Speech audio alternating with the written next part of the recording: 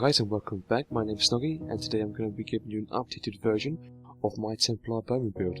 So straight away we're going to go into the class skills here. Into Aged Spear, we do have at level 19 at the moment. Now originally in my first build I took Nova as my ultimate ability. However, after some thought and after looking at the cost of this ultimate compared to the damage, I considered Radial Sweep to be the better choice. Now it's a very low ultimate cost and it does do decent damage. That's why it's been taken in. That's why Nova was taken out, and that's why I took Radial Sweep. So Puncturing Strikes, we do have that on here, but I don't ever use it really, to be honest. It was there just to increase the experience gain at lower levels for the Aged Spear line. I took Binding Javelin, which is part of the bread and butter of this build. With this build you kind of want to be strafing about, kiting and applying lots of CC and dot damage while surviving. So that's why we have the Binding Javelin. It will knock them back by 5 meters for 3 seconds. Further down the line, in the passives abilities, you're going to want to get Burning Lights and the Balanced Warrior. I did take the Spear Wall just for PvE leveling purposes. Later on I will respec and I will take that away. It's just useful to mitigate some damage when you do have to take it.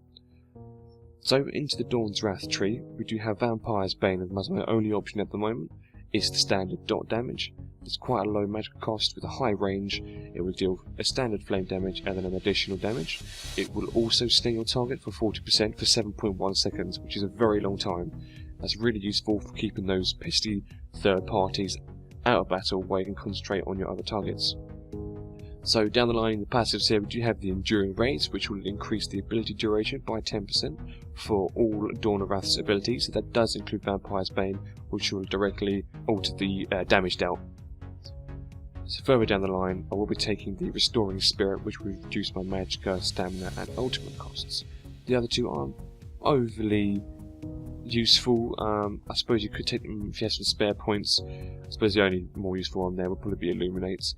However, I don't think I'll be taking those unless I really find myself without any other options later on down the line. So with the weapon, obviously we're using a bow there. So the standard one here is Poison Injection, which will deal poison damage to the target and then apply additional poison damage over time. I did morph this into giving the target more damage over time to targets under 35% health. That, for me personally, that's just my choice. I'm concentrating on single target DPS with applying CC to multiple targets and then whittling them down. I do have Volume on the list here, however I don't actually ever use it. I've never used it, it's just there once again just to increase my experience gained earlier on during the leveling process, as that can be quite tough. So Scatter Shot, this is another CC here. It will deal physical damage to the target and will knock them back 6 meters, plus disorientating them for 5 seconds. So what I tend to do is I'll have Scatter Shot and Binding Javelin as my CCs. Now I put them either into my bar here just so I don't get them confused, because that can mean life or death. So I tend to use Stamina Shot first after applying Vampire's Bane, Snare and damage. So my normal rotation, depending on how many targets there are, if it's double targets on one target, I'll straight away hit them with the Binding Javelin. Now while they're in the process of being knocked down, I'll apply a Vampire's Bane and a Poison Injection dot. By that time, the second target is normally on me, so I'll hit them with a Scatter Shot. Apply the Vampire's Bane so that then they're snared, and then I'll finish off the first target, which is normally about half HP anyway after the initial damages, and then finish with the second target. But I'll show you that later on. So with the passive abilities, we do have Long Shots, which obviously bestows up to 6% bonus damage versus targets at a distance at level 1. So obviously you will always want to stay out of range, which is why we have those CCs. Accuracy, quite standard really. At the first level it'll increase my weapon crit by 3%. And then Ranger, which reduces the stamina cost of bow feats by 10%. Why would you not want that? And obviously you're going to want to get Hawkeye and Hasty Retreat later on down the line. So onto the armour. Now originally in this build I did have a full set of heavy armour, however that now has changed. As you can see, my character is now wearing 2 pieces of light armour. I chose the headpiece and the shoulder armours. Why, you asked? Because I want to make myself look more like a ranger, and that hood looks badass with the Imperial style on it. So here we are in the light armour tree. It's only level 11 as we're only wearing 2 pieces. But even then, it's still very useful. Evocation, will reduce the magic cost of spells by 2% per piece of light armor equipped, and the current bonus is at 4%. That's not even maxed out yet, as you can see. You're also going to want to get recovery as well, which is basically magical regeneration. Further down the line, this is entirely up to you if you want to take these here. They may help at later on in the game. However, I suppose really the only kind of useful one is probably going to be concentration. These two aren't as important. Okay, so heavy armor, I am wearing 5 pieces. Now this is where some of our survivability comes into account. When we do have to get hit, we are going to get hit that hard because of our heavy armor. And even when we do get hit that hard, we're going to naturally have a nice regeneration of health. So straight away we have Resolve. Increases the armor and spell resistance by 2% for each. So the current bonuses there are 10% and 10%. That's at level 2. There's still one more rank to come out of that. And then we have Constitution, increases the health regeneration by 2% per piece of heavy armor equipped, and the current bonus is 10%, so that's level 1 as well. Don't really need Juggernaut quite yet. At level 15 I might be taking up Sword and Shield or Great Sword. Now when it comes to level 15, when you do get the option to choose your secondary weapons, that is going to be a personal preference for you guys. Now this build is quite versatile. Being a Templar, you do have the option to be a healer if you wanted to, and you can do it very well provided you've got enough Magicka. Also as a Templar, you've got a great DPS tree. You can also be an off-tank. The Templars don't really seem to be a great full tank. They can work, but the other classes seem to do it better. I mean, we are kind of the jack of all trades, but tanking seems to be the one where we're a bit weak at it. We're not bad at it, by all means, but we are still kind of at the bottom end of the scale of tankiness. So with that being said, we are obviously want to probably pick up a couple pieces down here. It's entirely up to you. What I'm explaining to you now is the base of the build. You can work on this and you can mold it to how you want to play. I mean, bracing is not going to be very useful there, as you will require a set of 5 really, and it's only going to decrease the cost of blocking, and it's not really worth it with this build unless you're going to be a tank. With rapid mending, it's going to be quite useful later on in the game, but to be honest with you, half the time you're going to get hit that often if you stay at a distance and you play your CCs. So I don't have any World, Guild or Alliance War abilities quite yet, but as a Khajiit I will have Robust here, which increases my health regeneration while in combat by 5%. I won't be taking Stealthy quite yet. It's useful, but it's not really necessary at the moment. And then Carnage, not really necessary yet, but maybe at a later date when I do have two weapon types I might take that. So that's pretty much it for the overview. I will now go ahead and I'll show you how to take on elites and my rotation, and I'll give you some more information.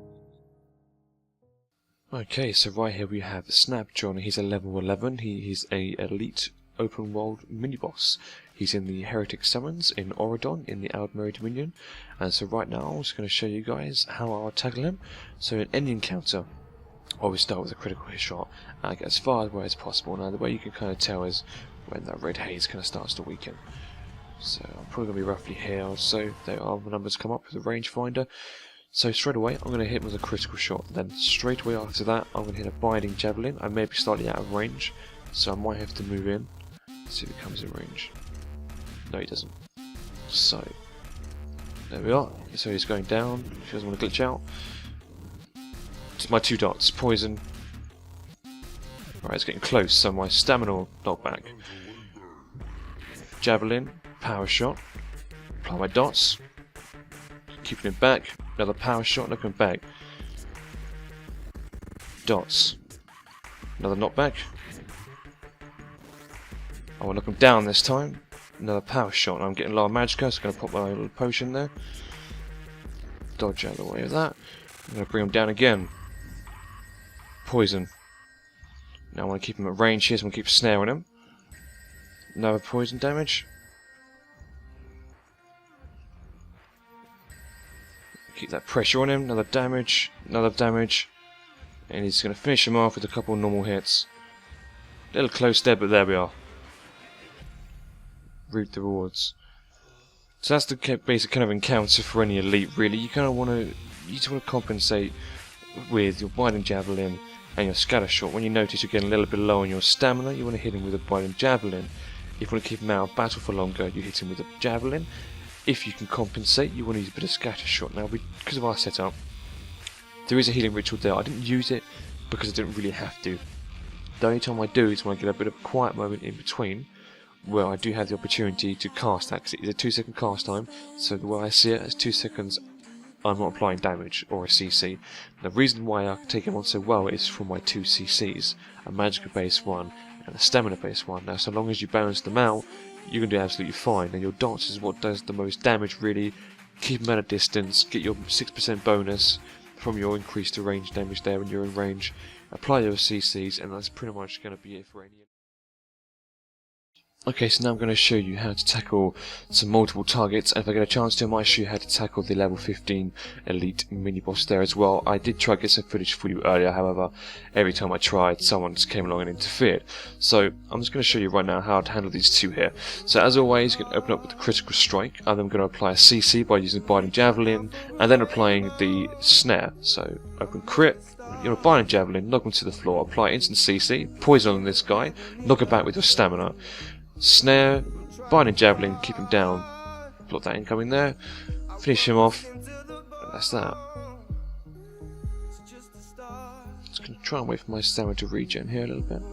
Where's the boss? There he is. Okay, come on, want Magicka to regen. So I'm going to tackle him the exact same way. Get a bit further. Crit. Snare. Poison. Right, so he's got 2 dots in it now. I'm just going to whittle away at him a little bit, wait until he gets a bit closer. Knock him down, reapply the snare. I'm going to get a power shot on him, another poison. Knock him back, I'm going to get out of the way of him. I'm going to drop him to the floor again, he's another snare. Get a little Magicka, I'm going to put my potion. I'm going to knock him back. So I'm going to use the scenery here as an advantage. Apply my dots. Do an ultimate, I'm going to use that as well. Take this opportunity to get some damage on him. I'm going to move away from him. Back behind here. Apply some damage. I'm going to use that. Back around by the boat. Another snare, keeping low, don't want him coming after me. And any minute now I'm going to have the stamina ability ready. There he comes. I'm going to plot some poison. Another dot. Run away from him. Normal hits. Keep him going. Another snare. At this rate I could probably apply a full charge shot. And then poison. And then whittle him away. And he's mine. Just like that. Piece of cake. Done me goodness. So that's pretty much it, guys. That's how I handle a multiple encounter and my elites. Okay, so thanks for watching, guys. I do have some other videos on how to. If you want to check out my channel, please do. You can hit subscribe if you want to see more videos. I'll have more videos on my Templar Bowman when he is at a higher level. I have named it the Ranger of the Sun. So if you like my videos, please do hit like and subscribe. Thanks for watching, guys, and stay tuned for more.